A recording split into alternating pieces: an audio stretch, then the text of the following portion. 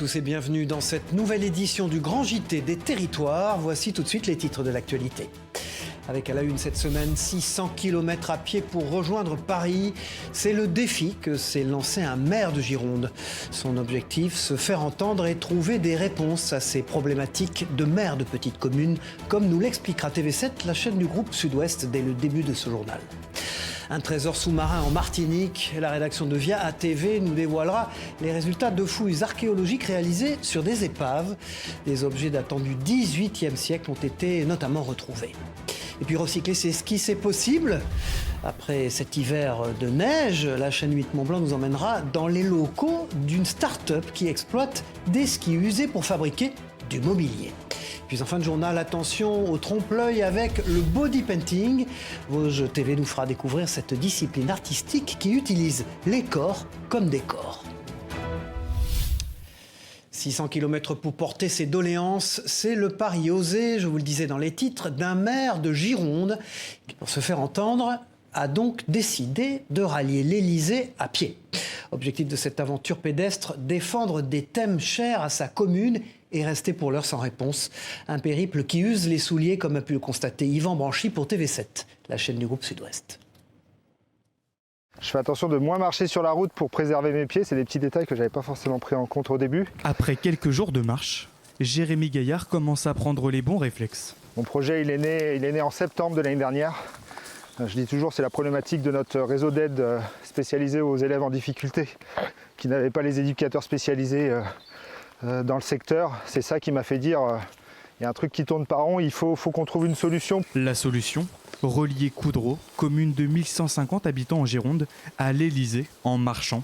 Un trek de 650 km à travers le pays. En définissant certains critères, évidemment des critères de sécurité quand même, qui étaient d'éviter au maximum les nationales bien évidemment, j'en ai aucune, mais les départementales aussi quand c'était possible de les éviter. Durant ces jours de congé, le jeune maire, élu il y a 3 ans, effectue entre 30 et 40 km chaque jour. Un rythme effréné qui nécessite une bonne hydratation et un bon sommeil. J'ai essayé de prioriser l'accueil par mes collègues élus des communes où je m'arrête, donc je leur ai fait un courrier. Sur les communes où j'ai pas encore eu de retour ou où j'ai pas d'éléments, j'ai travaillé avec le réseau. Un réseau d'élus et des soutiens décisifs pour venir à bout de son objectif. Porté sur la table des ministères, 10 dossiers clés qu'il a lui-même gérés. Je ne suis pas fan de l'agressivité. Je pense que manifester et envoyer des courriers polis aujourd'hui, ça ne fonctionne pas. Quelle que soit la personne qui m'écoute, ce que je souhaite, c'est pas qu'on fasse de l'affichage, c'est qu'on ait des réponses concrètes. Donc, est-ce qu'on peut avoir plus de gendarmes sur notre brigade? Est-ce qu'on peut avoir les éducateurs spécialisés qu'on n'a pas? Est-ce qu'on peut faire en sorte, enfin, de mettre les moyens pour que nos bords de fleuves et de rivières soient entretenus? Voilà. Des demandes qui pourraient trouver réponse le 7 juin prochain. Le jour où Jérémy Gaillard devrait arriver au palais de l'Élysée en début d'après-midi. Voilà un projet bien courageux porté par cette édile et qui nous permet d'évoquer maintenant l'une des principales problématiques rencontrées par les collectivités à l'approche de la saison estivale, la chasse aux fuites d'eau. La sécheresse de l'an dernier et celle qui s'annonce poussent les communes à surveiller leur canalisation. Dans l'Hérault, cette tâche est rendue possible grâce à une technologie innovante. Les explications d'Eliott Francom pour Via Occitanie. Regardez. C'est une petite boule pas plus grande qu'une balle de tennis qui est envoyée dans les canalisations. À une vitesse de 60 cm par seconde, elle va analyser les 2 km de tuyaux de la ville. Poche d'air, petite et grande fuite, tout est détecté sur son passage. Dedans, elle est équipée principalement d'un microphone. C'est ce qui permet de détecter les fuites puisque c'est un bruit de sifflement, c'est une dépression. Et pour après les localiser, on utilise des capteurs qui sont sur la canalisation, qui sont eux géolocalisés au GPS. Et la Sainte-Bolle est dotée d'un émetteur de son, un ultrason, que le capteur reçoit. Pour vérifier qu'elle ne s'est pas coincée dans les canalisations, 6 points de contrôle ont été mis sur son passage.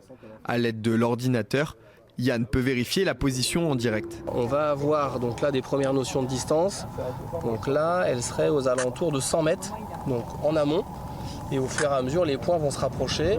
Et une fois qu'elle aura passé le point de contrôle, moi j'aurai une distance quasiment proche de 0 qui permettra de confirmer qu'elle est bien passée. Un peu plus d'1 heure après, la boule ressort dans ce réservoir d'eau. Les données vont maintenant être analysées au Canada ou à Singapour.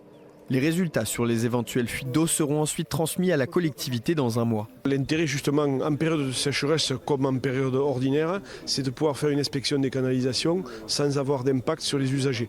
Donc ça va être transparent pour les usagers et on va avoir une analyse très fine de toutes les problématiques qui sont concernées par ce tronçon de canalisation. Une opération qui a un coût. Près de 42 000 € ont été déboursés pour cette détection. Et la course aux bonnes idées pour préserver l'eau nous conduit en Bretagne. Là-bas aussi, des solutions sont déployées pour lutter contre les effets de la sécheresse. Dans la commune de Saint-Lunaire, par exemple, ce sont les eaux vidangées qui vont être utilisées pour nettoyer la ville. Les détails avec ce reportage de la chaîne TVR. Regardez. Au pied du château d'eau de Saint-Lunaire, une réserve d'eau secondaire enterrée fait l'objet chaque année d'une vidange obligatoire pour raisons sanitaires. Mais à chaque fois, il fallait gâcher le fond de la cuve, soit tout de même plus de 120 mètres cubes. Alors cet hiver, suite à la sécheresse de l'été dernier, il a été décidé de conserver cette eau précieuse. Et donc on a recréé un réservoir d'environ 200 mètres cubes dans un ancien réservoir de Saint-Lunaire, construit en 1914-1917. Donc là on a eu cette possibilité et on l'a travaillé avec les services techniques durant l'hiver. Le réservoir, le voici, construit derrière ce petit muret, sur une surface de 25 mètres sur 12. Cette eau va être utilisée dans le cadre du balayage, puisque une balayeuse consomme à peu près 500 litres d'eau toutes les 2 heures. Donc on va pouvoir balayer les rues, ce qui n'a pas été le cas l'été dernier, du fait de l'arrêté sécheresse. Et on va également pouvoir l'utiliser dans le cadre de l'hydrocurage. Autant d'eau potable qui ne sera pas puisée sur le réseau. Ainsi, Saint-Lunaire utilise une eau de vidange pour éviter de gaspiller. Et à Saint-Lunaire, chaque goutte d'eau est précieuse puisque les douches de plage ont été stoppées depuis 2012. On anticipe ce qui sera dans le rapport du GIEC, une sécheresse tous les 2 ans. Donc c'est aujourd'hui qu'il faut faire les travaux, les aménagements et penser à économiser à tous les niveaux. La ressource en eau devient stratégique. Saint-Lunaire et ses 2500 habitants consomment 400 mètres cubes d'eau par jour en période hivernale, mais c'est 3 fois plus l'été avec les touristes. Et vous le savez, il n'y a pas que la ressource en eau qui est précieuse en ce moment. Chaque euro dépensé est aussi scruté dans un contexte de hausse des prix. Pour vous aider à faire vos courses, des applications se proposent de vendre à moindre frais des paniers anti-gaspi. Parmi celles-ci, la plateforme Phoenix, créée il y a 4 ans, permet de retirer en magasin des fruits et des légumes à prix défiant toute concurrence. Un sujet de Jérôme Houbron pour WEO TV, la chaîne de la Voix du Nord et du Courrier Picard. C'est jour de course pour Aurélie qui vient faire le plein du réfrigérateur. Bonjour. Un panier Phoenix. Très bien, je vais vous chercher ça tout de suite. Nul besoin de caddie pour cette cliente. En quelques secondes, l'affaire est dans le sac. Là aujourd'hui vous avez 2 choux, un chou frisé, un chou-fleur, vous avez une barquette de fraises, il y a des pommes, il y a des bananes, vous avez d'autres légumes. On a de l'ail. Dans ce panier, des fruits et légumes qu'elle a réservés par avance via Phoenix, une application mobile produit d'une start-up française. C'est une application avec plusieurs enseignes, donc vous sélectionnez l'enseigne que vous vouliez prendre le panier. Voilà, puis après il faut venir le récupérer. Mais du coup c'est moins cher? Oui, carrément. Là 10 €, 5 €, après il y a d'autres enseignes qui font différemment. Des produits invendus ou à date de consommation courte à prix cassé. Une astuce anti-gaspillage aussi bonne pour la planète que pour le porte-monnaie et sur laquelle surfent de plus en plus d'enseignes. C'est des produits qui sont un petit peu moins jolis, ça va être une poire qui va être un petit peu abîmée, un petit peu poquée, des choses comme ça. C'est des paniers qui sont vendus à moins 50% en réalité du prix de vente des produits chez nous, quoi. Moins 50%, une aubaine face à la hausse des prix, notamment des denrées alimentaires. Seule condition sine qua non pour en profiter, il faut savoir se laisser surprendre. C'est comme à Noël, vous acceptez en fait d'avoir ce cadeau entre guillemets pour moins 50, moins 60, moins 70%, donc c'est intéressant économiquement pour vous, mais les règles du jeu c'est que vous ne savez pas ce que vous récupérez. Alors bien sûr si vous allez chez un imprimeur vous aurez des fruits et légumes, vous vous en doutez, mais vous ne savez pas exactement lesquels puisque ce sont les invendus du jour, donc par nature ils ne sont pas prédictibles pour le commerçant. Pourtant, le modèle cartonne. Partenaire de la plateforme Phoenix depuis février, cette enseigne amiénoise a déjà vendu plus de 320 paniers anti-gaspi. Alain Madelin était l'invité jeudi matin de l'émission Face au territoire sur TV5 Monde. L'ancien député et ministre de l'économie et des finances s'est vu interrogé sur la situation politique et économique du pays. Regardez cet extrait. Il y a plein de gens qui accusent ou qui disent que Emmanuel Macron est un président libéral, ultralibéral, néolibéral. Vous partagez cet avis ? Écoutez, si la France était libérale, nous n'aurions pas ce poids de l'administration, nous n'aurions pas ce poids de la bureaucratie et nous n'aurions pas ce poids des impôts et des dépenses publiques. Nous sommes, à la limite, presque recordman du monde dans les démocraties non libérales. Alors Macron, il est bien, il a compris que pour la croissance, il fallait débrider la fiscalité, faire en sorte que les gens aient plus d'argent, de motivation à gagner de l'argent, c'est vrai, mais en même temps plus d'argent ensuite pour l'investir. Qu'il avait besoin davantage de concurrence, parce qu'il est pour la concurrence. C'est déjà beaucoup, hein. C'est déjà beaucoup. Mais ça ne fait pas un président libéral. Hein. Face au territoire avec Alain Madelin est à voir ou revoir sur le site internet de TV5 Monde et des partenaires de l'émission. Ouest France, Nice Matin, France Antilles, 20 minutes, La Montagne et le magazine Le Point. Le Point, justement, qui publie cette semaine une édition spéciale consacrée à la ville de Nice. L'hebdomadaire propose notamment un dossier sur les richesses naturelles de la région, entre parc naturel du Mercantour et train des merveilles. Quelques bonnes adresses niçoises vous sont aussi dévoilées dans cette édition, tout comme les clés du marché immobilier local. Toutes ces informations et d'autres sont donc à retrouver chez votre marchand de journaux dans le magazine Le Point dédié à Nice. Allez, sans transition, direction la Martinique dans ce journal où des passionnés d'archéologie viennent de dévoiler les secrets d'un trésor sous-marin. Une découverte réalisée sur des épaves et portant sur une cinquantaine d'objets datés du XVIIIe et du XIXe siècle. Les fouilles débutées il y a un mois ont été réalisées grâce notamment à un partenariat avec les forces armées. Un reportage de Loïc Régis pour VIA TV. Tout a commencé l'an dernier avec la découverte de ce canon en bronze. Puis les chercheurs relancent l'expédition dans la baie de Fort-de-France en mai 2023. Ils trouvent un gouvernail et sur environ 100 mètres carrés, une quantité assez importante d'objets. Un résultat présenté ce matin au Fort Saint-Louis.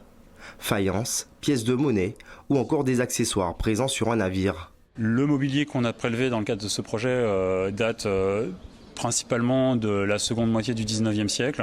Donc on a retrouvé des pièces de monnaie qui sont datables de manière assez précise, donc des années 1850 avec l'effigie de Napoléon III.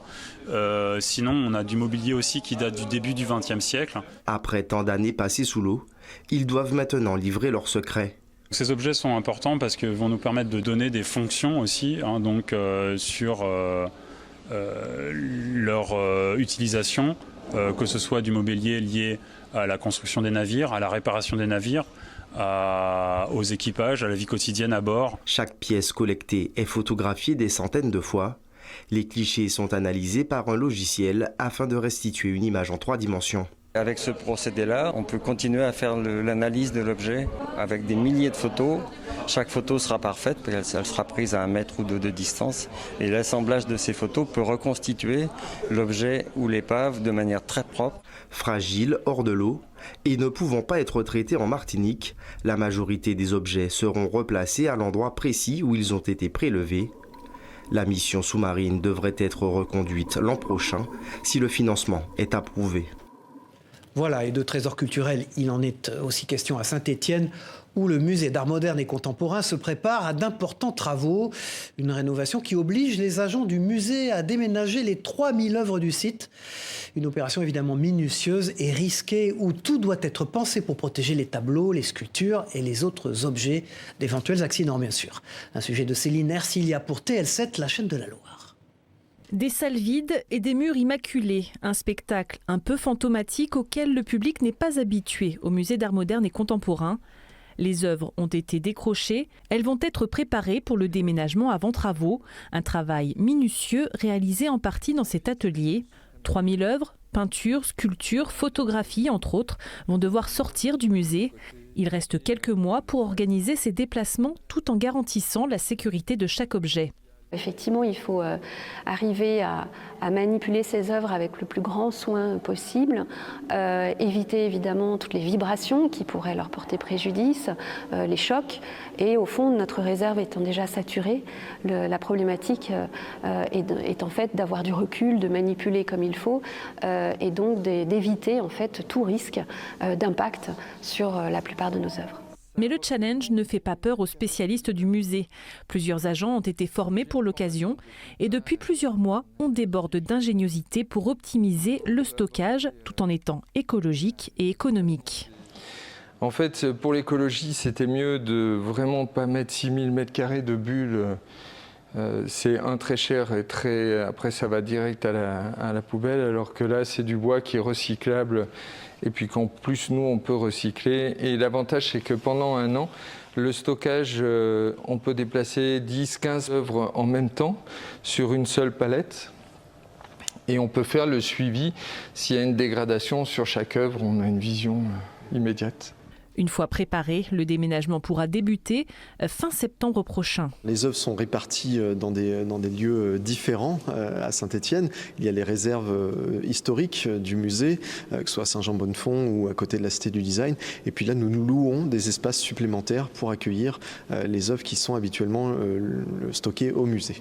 La phase de travaux débutera ensuite pour une réouverture estimée au printemps 2024. Mais certaines œuvres du musée seront encore visibles hors les murs dans une prochaine exposition à la Cité du Design, exposition qui lancera le projet de Galerie nationale du design. De la réalité virtuelle pour les seniors, à Limoges, un atelier découverte était organisé il y a quelques jours dans l'un des EHPAD de la ville. Une technologie qui permet aux résidents de voyager dans leur passé ou de découvrir de nouveaux endroits. Une activité qui a aussi pour but de créer des échanges, de stimuler la motricité et aussi de favoriser l'apaisement de nos aînés. Images et explications de Benjamin Delmas pour 7 à Limoges. Ils sont captivés par le film et donc ils sont beaucoup plus détendus après et plus calmes et plus ouverts à l'échange, quoi. C'est la première fois que vous mettiez un casque comme ça ? Première fois, oui. Et ça fait un peu peur de mettre un casque comme ça ou pas du tout ? Pas du tout peur, non. C'est impressionnant, mais c'est tout, non. Ça me fait pas peur, non, pas du tout, non. Que faire des skis usagés après la fin de saison hivernale ? Voilà une question bien encombrante avec le retour des beaux jours. Depuis 3 ans, une entreprise savoyarde s'est donc lancé le défi de recycler nos vieux skis. En France, en moyenne, 500 000 d'entre eux sont jetés chaque année. L'idée, c'est les réutiliser pour en faire du mobilier, des tabourets, des tables ou même des abris de bus. Une idée innovante et bonne pour l'environnement, comme a pu le constater Camille Privat pour la chaîne 8 Mont-Blanc sur place. Dans cet entrepôt, une montagne de skis. Ici, toutes les couleurs, les marques et les époques sont représentées. Ces skis ne sont pas destinés aux pistes, mais bel et bien à votre salon. Donc là, ça va être tout le gisement qu'on va avoir des skis avant le tri et la sélection. Donc comme ils arrivent des déchetteries. Skitech fabrique des meubles un peu particuliers, car ces skis récoltés en déchetterie sont utilisés comme matière première. Une fois remis à neuf, ils seront transformés en tables, en tabourets ou même en abribus made in Savoie. Techniquement, c'est un produit qui est très performant.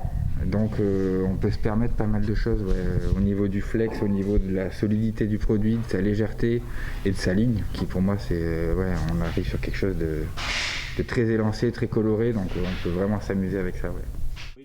En France, ce sont en moyenne 1 demi-million de skis qui finissent à la décharge chaque année. L'entreprise s'est lancé le défi d'en réutiliser 20% d'ici 2025. Aujourd'hui, c'est enfoui en décharge ou c'est réduit en combustible solide de récupération. Parce qu'on ne sait pas, en fait. C'est un sandwich de divers matériaux emballés dans de la résine. Et donc, aujourd'hui, il n'y a pas de solution de recyclabilité. Choisir le bon modèle dans leur stock de 12 000 skis, couper, nettoyer, lustrer, c'est un travail d'orfèvre. On aime à dire que les finitions correspondent à 20% du travail total, mais correspondent en temps à 80% du temps. Pour les structures les plus importantes, comme les abris à vélo, il faut également réaliser une série de tests pour identifier les propriétés mécaniques. En 2022, l'entreprise a permis de donner une seconde vie à près de 500 skis. Mettre l'ambiance et haranguer la foule pour aider son équipe à gagner. Voilà en résumé le travail d'un speaker professionnel. Au club de basket du Mans, cette tâche est assurée depuis 10 ans par Vincent Royer. Cet ancien animateur de radio fait preuve, vous allez le voir, d'une énergie folle les jours de match. Colin Ancel pour LMTV Sarthe l'a suivi le temps d'une rencontre. Regardez. Est-ce que vous êtes prêts ? Cette voix, le public d'Antares la connaît par cœur. Vincent Royer est maître de cérémonie. Il anime différents événements, principalement du sport. C'est avec le club de volley de Poitiers qu'il a commencé. Je suis devenu fan de ce club, supporter de ce club, un peu ultra, dans le bon sens du terme. Et le manager de l'époque m'a dit tiens, tu fais plus de bruit que tout le monde dans les tribunes, tu vas présenter les matchs la saison prochaine. Et donc j'avais 16 ans quand il m'en a parlé, j'ai commencé, j'avais 17 ans. Depuis, Vincent est devenu l'un des speakers les plus reconnus de France. À son actif, l'Eurobasket 2015, l'Euro de football 2016 ou encore le match de NBA entre Chicago et Détroit à Paris en janvier. Un travail où il profite de chaque instant. Les poils qui se dressent sur les avant-bras, c'est pas descriptible en fait comme sensation. Quand on se retrouve au milieu de 5000 personnes, 10 000 personnes, 30 000 personnes, on joue avec le public et on prend une énergie qu'on doit rendre avec le public et c'est hyper euphorisant comme sensation. Son travail, intervenir au micro, assurer le son mais aussi coordonner toutes les animations. Avant chaque rencontre, il s'entretient avec le responsable communication du club et les équipes techniques. À quelques minutes du début du match, la pression monte, toujours. Il faut avoir le même stress avant chaque match, même si ça fait des années que je suis au MSB, parce que si tu ne mets pas la même rigueur les soirs de match et que tu te dis ce soir c'est bon, je sais faire, c'est là où tu oublies un truc en fait. Il faut s'obliger à être stressé presque, je dirais. Et après ce stress-là, tu le transformes en énergie positive. Depuis le parquet, sa manière d'animer est saluée. Souvent, ça part de lui, la bonne énergie dans la salle. Je pense qu'il ressent très bien les moments où on a besoin de l'appui du public pour essayer de se surpasser. Pendant les playoffs, avec son speaker endiablé et un public surchauffé, Antares pourrait redevenir un chaudron embrasé. Tuilier, maréchal ferrant ou encore tailleur sur pierre, voilà certains des métiers et savoir-faire presque disparus en 2023. Des traditions que tente de faire vivre une association en Moselle. Cet été, elle proposera tout un week-end d'animation autour des métiers d'autrefois. Une manière de préserver le patrimoine culturel, comme nous le raconte Jonathan Vaucher pour Moselle TV.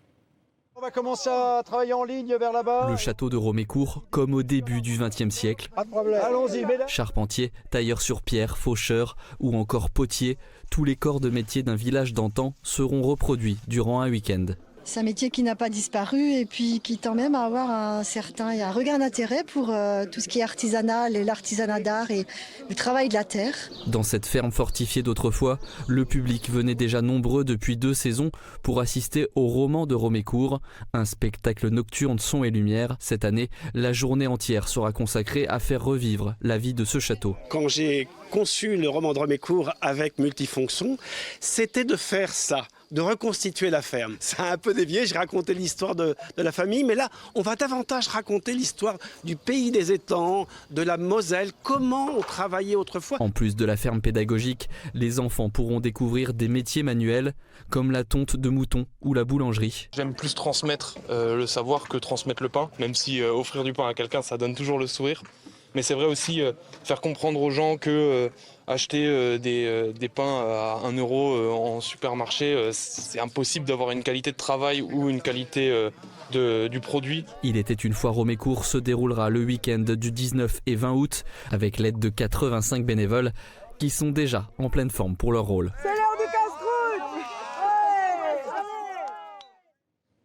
Voilà, de la couleur, des trompe-l'œil et des corps pour œuvres d'art pour terminer ce journal. La rédaction de Vosges TV nous emmène dans les allées de l'un des principaux rassemblements d'Europe consacré au body painting. Une discipline en plein essor et qui, vous allez le voir, s'amuse des perspectives grâce à l'usage des corps. Un reportage de Thierry Lasson et Dan Didier.